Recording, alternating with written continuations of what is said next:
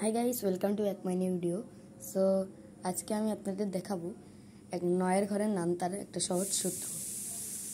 এর আগে আমি একটা শর্টস ভিডিও বানিয়েছি, কিন্তু ওখানে আমি কোনো কথা বলিনি, সেজন্য আমি জানি না আপনারা বুঝতে পেরেছেন কি বুঝতে পারেননি, কিন্তু এই ভিডিওতে বুঝতে পারবেন।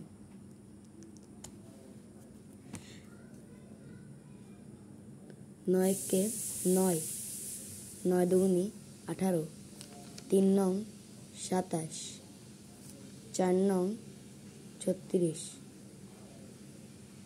5 নং 45। ঠিক আছে, এবার 5 ঘর পর্যন্ত শেষ। ঠিক আছে, তারপরে 6 নং, 5 নং এর উল্টা করে দিলে 54, আর তাহলে 54। আর 7 নং, এখানে 3 নং আছে, 4 নং আছে 36, 36 উল্টা করলে 63, তাহলে এখানে 63 লিখে দেব।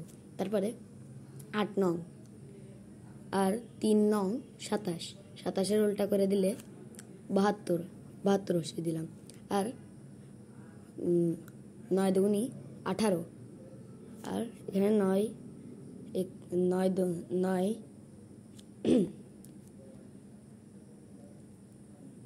নং, তারপরে এটার উল্টা করলে 81, 9 নং 81, আর 9 10 90।